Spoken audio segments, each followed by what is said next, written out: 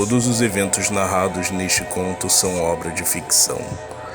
Qualquer semelhança com personagens ou eventos reais é mera coincidência. Este é um conto de horror. Algumas cenas podem ser perturbadoras para ouvintes mais sensíveis. É sugerida a discrição da parte do ouvinte. O Diabo no Baile Funk. Eu vou narrar este conto conforme ele me foi narrado pelo marido de Jéssica. A história começa em uma terça-feira do verão de 1997. O sol estava a pino no Rio de Janeiro e crianças de todas as idades iam para a escola, enquanto outras faziam gazeta para poder ir à praia.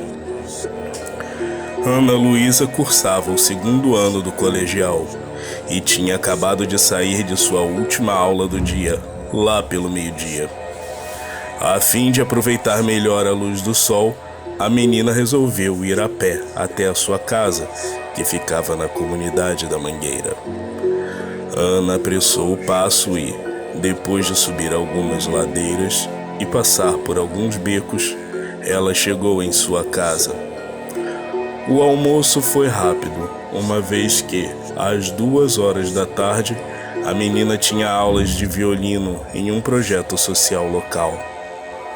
O seu sonho era tornar-se uma grande violinista e tocar com grandes filarmônicas sob a regência de grandes maestros. Seu maior ídolo era Zubin Mehta e sonhava tocar sob sua batuta. Ana Luísa nunca se atrasava para uma aula ou ensaio. Suas veias eram cordas de violino, seu sangue era composto de colcheias e semicolcheias. Seu coração era um símbolo que ressoava a cada batida. Nem só de violino vivia a moça, no entanto.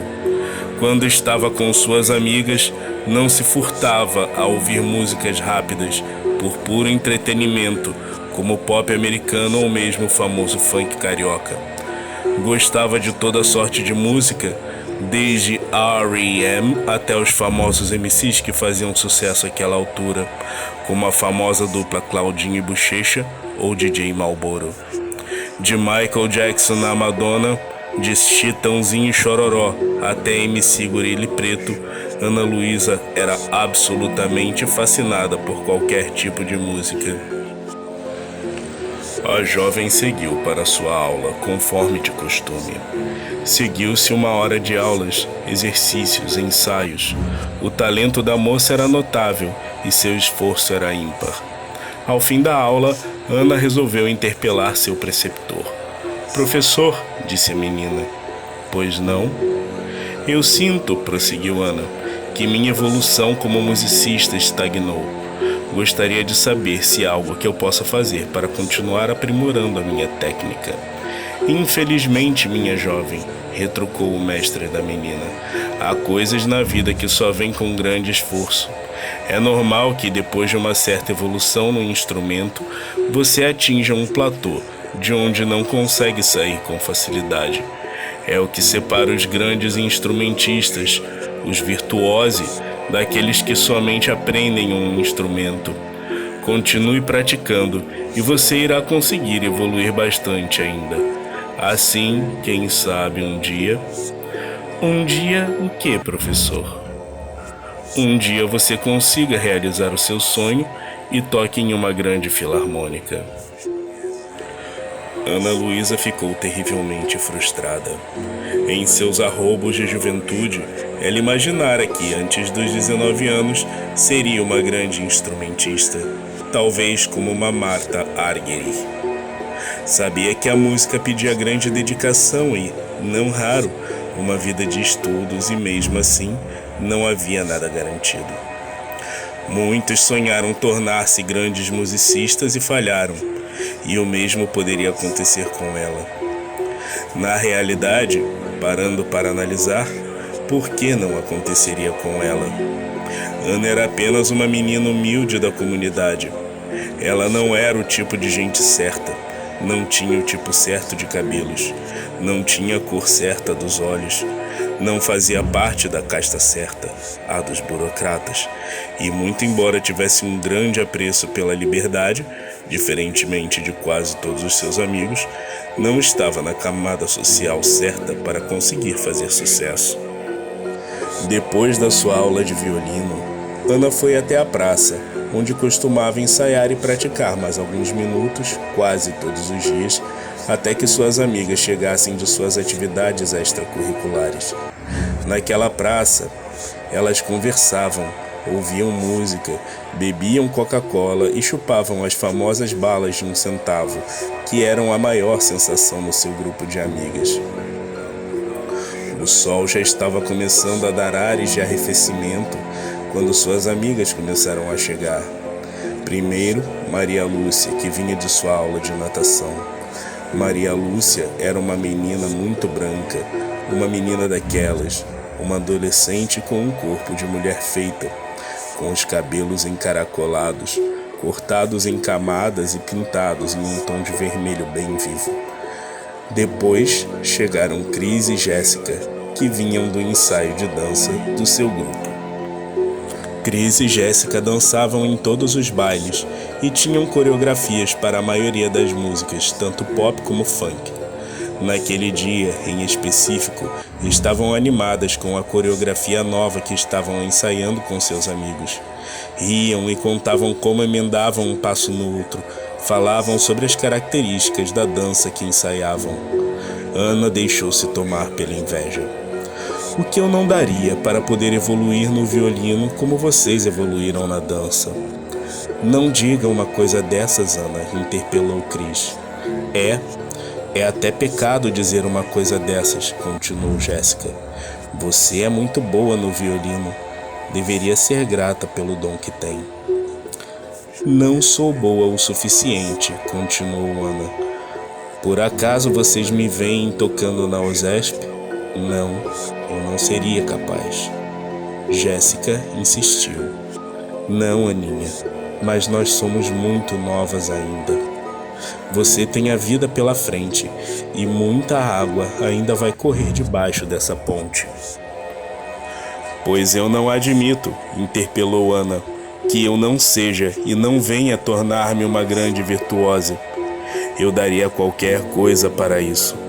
Se aparecesse aqui o diabo em pessoa, eu daria a ele a minha alma se, com isso, eu pudesse me tornar uma grande instrumentista, como foi Paganini.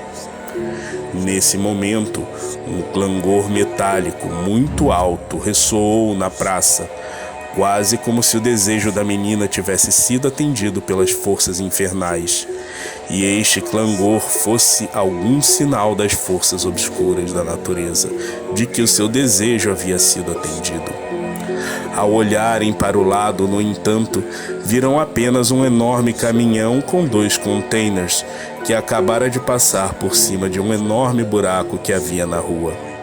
Logo, a tensão que havia sido criada com toda aquela conversa sobre almas e diabos foi quebrada com a gargalhada que as moças deram ao perceber como haviam sido tolas por assustarem-se com uma bobeira daquelas. É claro que nenhum diabo havia ouvido sequer o desejo de Ana Luísa, e muito menos o haveria de atender. A hora se adiantava e as meninas, naquele dia, combinaram que, no sábado próximo, iriam para o baile de Heliópolis, em Belfor Roxo. Despediram-se e cada uma seguiu na direção de sua casa. Ana jantou, tomou seu banho noturno e foi dormir. Símbolos tocando, descompassados. Ao olhar em volta, a moça percebeu que não estava em sua casa. Ela estava deitada sobre a grama, no chão, coberta com um lençol. Ao olhar em volta, viu que estava em uma clareira, no meio de uma floresta muito úmida. A cerração cobriu o chão quase que inteiramente, e uma sensação de frio intenso perpassou a espinha da jovem. A floresta estava demasiadamente escura, e a única coisa que Ana era capaz de enxergar com clareza era uma fogueira que iluminava tudo ao fundo. Levantou-se depressa. "Tem alguém aí? Aí. O eco era ensurdecedor e, Ao fundo, parecia que uma voz tenebrosa e gutural repetia tudo que Ana dizia, em um tom debochado. "Tem alguém aí?" repetiu a voz. A moça seguiu na direção do fogo, em meio à neblina. Andou alguns minutos até que chegou em seu destino. Ao chegar, viu que a fogueira era feita de gravetos que mais se pareciam com ossos humanos. No meio da pira havia um violino. Com muito cuidado, Ana aproximou-se do fogareiro e tentou tocar no instrumento. O violino estava frio. Ele era muito estranho. Sua espaldeira parecia ter sido feita de um amontoado de rostos humanos e as cravelhas pareciam ser feitas de ossos de mãos, enquanto o tampo parecia uma figura humana gritando em agonia.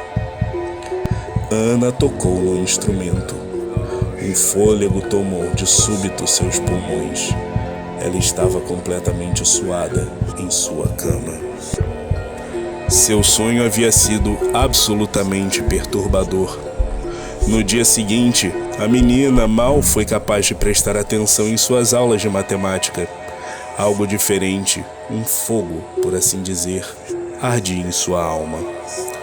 Como quase todos os dias, Ana foi para sua aula de violino, e qual não foi a sua surpresa ao perceber que estava a tocar os 24 Capricci de Paganini, e até com relativa facilidade. Algo dentro da menina parecia ter sido como que destravado, para que ela fosse capaz de tocar com toda aquela maestria. Nem mesmo a própria jovem foi capaz de acreditar. Uma musa havia visitado ela durante a noite. Esta era a única explicação. Afoita, ela continuou a praticar na pracinha, como sempre, logo após a sua aula, e demonstrou sua habilidade para todas as suas amigas, que ficaram impressionadas com o virtuosismo com o qual sua camarada era capaz de tocar seu violino agora. De fato, ontem mesmo Ana estava a reclamar que, embora habilidosa, havia um longo caminho até que se tornasse uma virtuose. No entanto, lá estava ela a performar peças dificílimas como se não fosse absolutamente nada. A única a pensar que talvez houvesse algo de errado foi Jéssica. Muita gente, disse ela, já se perdeu no mundo das artes, Aninha. Não se deixe iludir. O trabalho árduo e o esforço são superiores a qualquer solução mágica, e muito mais permanentes também. Os dias passaram e o fascínio de Aninha com sua habilidade apenas aumentou. Seu professor, vendo a evolução da moça, havia marcado uma audição para ela com o maestro da USESP, John Nashling, que à época estava no Rio. Aninha, disse seu mestre, eu consegui para você uma audição com John Nashling. Havia um amigo meu me devendo um favor e... Enfim, ele disse que poderá levar o seu Spala ao Teatro Municipal no domingo da semana que vem, para ouvirem-na tocar. Não existe nenhuma garantia de que haja uma vaga para ser sua, mas é uma grande honra poder tocar para musicistas tão ilustres. Não me desaponte. Ana era só felicidade. Escolheu uma peça muito difícil e começou a praticá-la incessantemente. Aquela era a sua oportunidade. Ela poderia, talvez, trabalhar com aquilo que sempre sonhara, conquistar fama e fortuna, mudar de vida, tirar seus pais da comunidade, comprar casa e carro para eles. Seu pai sempre sonhara em ter um carro, mas jamais foi capaz de conquistar o seu sonho. A semana passou depressa. Logo chegou o sábado. Faltavam exatamente 8 dias para que Ana tocasse para John Nashling. O melhor que ela poderia fazer naquele momento era aproveitar a sua juventude e relaxar um pouco. Mesmo o grande Arquimedes de Siracusa, reza a lenda, precisou de algum divertimento para que pudesse realizar sua famosa descoberta sobre a massa dos corpos. A moça lembrou-se de que ela e suas amigas haviam combinado de ir ao baile em Belfort Roxo e já estava quase na hora de saírem. Tomou então o seu banho, perfumou-se, arrumou o cabelo e colocou a roupa mais sensual que tinha. A noite era dela e ela queria sair para matar. De todas as meninas do grupo, Ana Luísa era, com certeza, a mais sensual. Sua roupa, sua maquiagem, seu cabelo, tudo nela naquela noite fazia dela praticamente irresistível. Não que as outras meninas não estivessem belas ou fossem para esse propósito menos sensuais do que Ana. Mas a moça havia se superado na produção naquele sábado. Ela estava inspirada pelas musas e queria mostrar que as ninfas dos poetas haviam tocado não só seu talento, mas em sua carne também. As moças pegaram a sua condução. Elas foram cantando e dançando desde suas casas até chegarem ao baile. Nada seria capaz de estragar a celebração daquela noite. Nada deste mundo, pelo menos. Ao passarem pelo arco metropolitano, Ana viu, do lado de fora, andando pelo acostamento, uma figura muito estranha. Era um homem alto, vestindo uma capa preta por fora e vermelha por dentro. Usava também um capuz. A menina olhou para trás ao passarem por ele, mas não conseguiu ver nada no seu rosto, exceto, talvez, por uma escuridão enorme.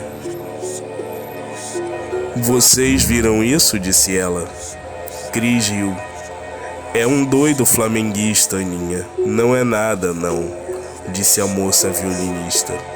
"Ou pode ser", disse Maria Lúcia, "um cara que pensa que é uma entidade." "Buuu!" "Para com isso", interpelou Jéssica, "que você sabe que eu não gosto dessas brincadeiras." Todos riram, menos Ana, que insistiu. "Gente, é sério, esse cara tava muito estranho." "E você acha que era o que, Aninha?", treplicou Maria Lúcia. "Um fantasma do além?" "É", continuou Cris. "E, além do mais, você já teve uma experiência extrasensorial essa semana. Qual é a chance de ter mais uma?" Todas riram novamente, menos Ana Luísa. A animação da turma continuou, mas logo Ana viu novamente o homem de capa preta e vermelha e capuz. "Olha, Maria!" A jovem olhou e viu a mesma coisa que Ana. Era impossível que o mesmo homem estivesse em dois lugares ao mesmo tempo, o que tornou aquela experiência muito sinistra, para se dizer o mínimo. Maria Lúcia fitou bem fundo nos olhos daquele homem e não pôde ver nada debaixo de seu capuz. O mais estranho, no entanto, foi que na hora que desviaram o olhar, tanto Ana como Maria Lúcia tiveram a nítida impressão de ver dois pontos vermelhos no lugar dos olhos, e a sensação que tiveram ao ver isso foi das piores. Ninguém era capaz de explicar como aquele homem poderia estar nos arcos metropolitanos e ali, uns 2 quilômetros depois, ao mesmo tempo. Ou como pôde se deslocar tão rápido entre dois lugares. O caminho continuou como previsto, mas a sensação de algo estranho e profano tomou conta das mentes e corações de Ana e Maria Lúcia. Logo estavam todas no baile, e mesmo aquele homem tão estranho não era senão uma pálida lembrança nas mentes das meninas. Pensaram em pegar algumas bebidas, mas elas eram menores de idade. Arrumaram então alguns rapazes para pegarem suas bebidas em troca de um beijo na boca. Lá pelas tantas da noite, quase todos no baile já estavam embriagados. Muitos, inclusive, haviam usado substâncias que não são consideradas legais. As luzes piscavam forte e a neblina da máquina estava espessa. O corredor havia se formado e a pancadaria estava rolando solta entre o lado A e o lado B. O clima era tenso, a música frenética e sincopada. De repente, Ana viu novamente o homem, aquele homem de capa preta e vermelha. Novamente, as luzes piscaram e ele sumiu bem diante dos olhos da jovem. Uma sensação de peso, como se todos estivessem chorando a morte de alguém, tomou conta do lugar. No meio daquela balbúrdia, das luzes piscando, Ana resolveu procurar novamente por ele. Foi até o balcão em busca de uma bebida. De repente, lá estava ele, de pé, do outro lado do salão. Era nítido, como se todas as luzes estivessem acesas e o caminho entre eles estivesse livre. Foi então que Ana viu. Seus olhos se entrecruzaram naquele momento que, embora curto, parecia durar uma eternidade. Seus olhos eram vermelhos, mas pareciam conter todas as estrelas do universo. Seu rosto parecia uma criatura do fundo do mar, algo como um polvo, e nele havia como que uma majestade melancólica, uma superioridade maligna. De repente, Ana sentiu como se todo o véu da realidade tivesse se desacortinado bem diante de seus olhos, e ela foi capaz de divisar, de uma só vez, todas as estrelas do cosmos, todos os mistérios da existência e da não existência, todos os segredos para além do bem e do mal. Ela foi tomada por uma sensação de conhecer tudo e não conhecer nada, de ter visto a totalidade do tudo e a nulidade do nada. E então veio um nome em sua mente, um nome que não era dito havia milênios, um nome que nem mesmo ela tinha certeza de ser um nome, ou uma palavra, ou uma senha, ou qualquer outra coisa. Inebriada pelas sensações nunca antes vividas pela jovem, meio que em dúvida sobre o que fazer, Ana proferiu um único sussurro.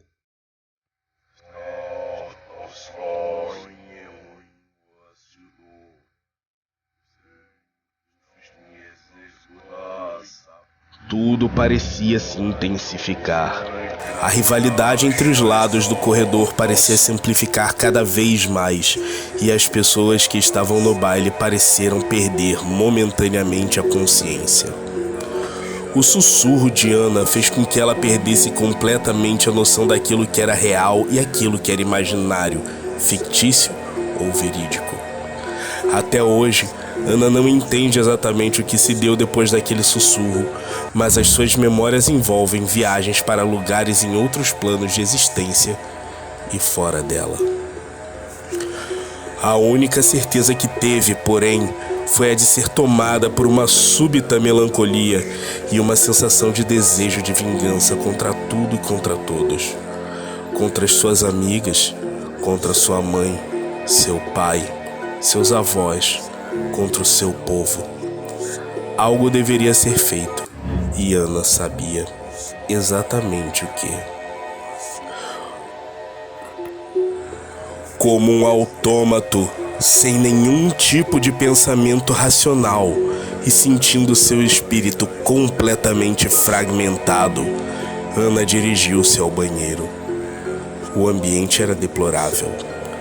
A quantidade de fumaça da máquina dos DJs, misturada ao vapor dos corpos suados de tantos jovens juntos, fazia com que o espelho embaçasse frequentemente e, para mitigar tal efeito, as moças do banheiro jogavam água em abundância sobre ele, para que pudesse refletir sem embaçar.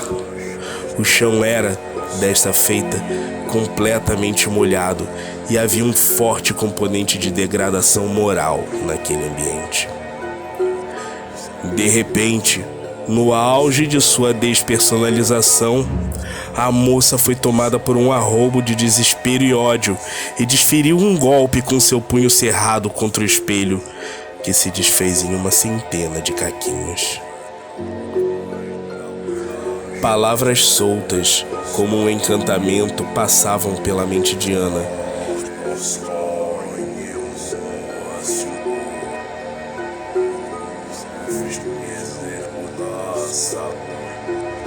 E elas sempre terminavam em algum tipo de louvor aquele nome que nem mesmo ela conseguiria reproduzir. Ana não controlava o seu corpo. Era quase como se ela fosse apenas uma marionete e um mestre titereiro a controlasse. Ela abaixou-se e pegou um dos muitos cacos de vidro que caíram no chão, um bem grande. Sua forma lembrava uma faca. Ela tentava resistir, mas era completamente inútil. Ana pegou um caco de vidro e então cortou-se, enquanto pronunciava aquele encantamento misterioso que passava em sua mente. Então, completamente fatigada pela intensidade dos acontecimentos, Ana desmaiou. Assim que a primeira gota de sangue de Ana tocou o chão, algo profano e terrível aconteceu. Aquele homem misterioso, com a capa preta e vermelha, tomou proporções colossais. No meio das luzes bruxuleantes, de repente, todos puderam ver aquela criatura tirada dos piores contos de horror já escritos. Ninguém era capaz de dizer exatamente onde ele estava, mas todos sabiam que ele estava lá. Sua simples presença retirou toda a sanidade de todos os que estavam presentes, fazendo com que a briga, que estava controlada dentro do corredor, se tornasse uma luta pela própria sobrevivência. Pessoas foram pisoteadas e, de repente, de maneira bem nítida, todos puderam ver o diabo em cima das caixas de som. Ele as derrubou sobre um grande grupo e, nesse momento, todos perceberam que havia algo de errado e muitos tentaram fugir. O diabo, no entanto, não parecia querer que alguém saísse de lá com vida. Logo, ele se interpôs entre a turba e a saída, e os tentáculos de sua face tornaram-se como que em chicotes, e ele começou a açoitar todos os que estavam lá. Suas chibatavas queimavam o corpo e a alma, como o fogo do inferno faz com os condenados. Jéssica ainda pensou em procurar Ana, mas a confusão era tamanha que só era possível se manter perto de suas amigas. O sangue jorrava dos corpos de centenas de jovens rapazes e moças. Aquele nível de violência nunca mais foi experimentado em nenhum outro baile. Quase todos os que estavam presentes se feriram, de uma maneira ou de outra, quase como se a entidade que lá estava tivesse demandado um sacrifício de sangue. Foi com muito custo que todas as moças conseguiram escapar daquele baile. Maria Lúcia teve um lado de seu rosto completamente queimado, o que desfigurou a menina. Cris foi açoitada com toda a fúria pelo diabo, que apareceu no baile e nunca mais foi a mesma. Jéssica conseguiu escapar praticamente ilesa, apenas com queimaduras de 3º grau em toda a extensão de suas costas. Mas foi com Ana que o pior aconteceu. Ana foi encontrada alguns dias depois, na segunda-feira depois de sua audição, em um pronto-socorro em Campo Grande.